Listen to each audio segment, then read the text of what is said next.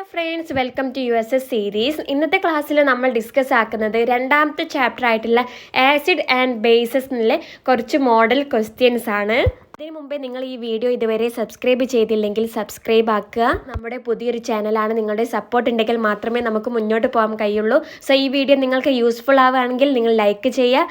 എന്തെങ്കിലും സജഷൻസ് ഉണ്ടെങ്കിൽ കമൻറ്റ് ബോക്സിൽ അറിയിക്കുക. ചോദ്യം 1, what does the term hydrogen mean? Hydrogen അർത്ഥമാക്കുന്നത് എന്ത്? Option A heavy element, B water forming, C acidic gas, D oxygen producing. Answer option B water forming ആണ്. Hydrogen എന്ന് പറഞ്ഞാൽ വാട്ടർ ഫോമിംഗ് ആണ്. ദെൻ ചോദ്യം, which acid is known to be used by ants to cause a burning sensation when they bite? നമ്മൾ ഉറുമ്പ് കടിച്ചാൽ ഒരു എരിച്ചിലുണ്ടാവാൻ കാരണമാക്കുന്ന ആസിഡ് ഏതാണെന്ന്? Option A formic acid, B citric acid, C lactic acid, D carbonic acid. ഉത്തരം formic acid. ചോദ്യം 3, in a soap preparation, which substance is used to give color and fragrance to the soap?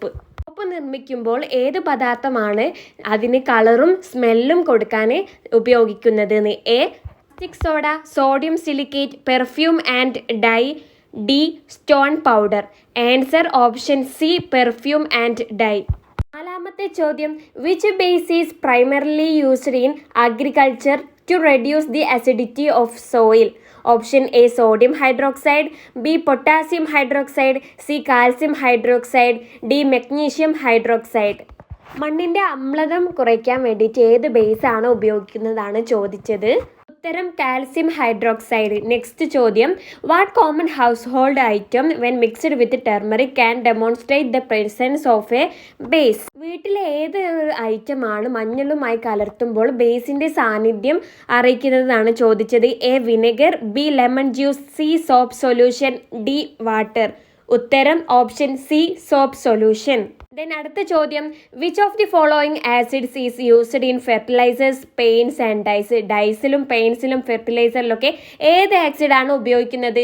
Option A tannic acid, B sulphuric acid, C nitric acid, D carbonic acid. ഉത്തരം C nitric acid. അവസാനത്തെ ചോദ്യം, what colour does red cabbage juice turn in the presence of a base?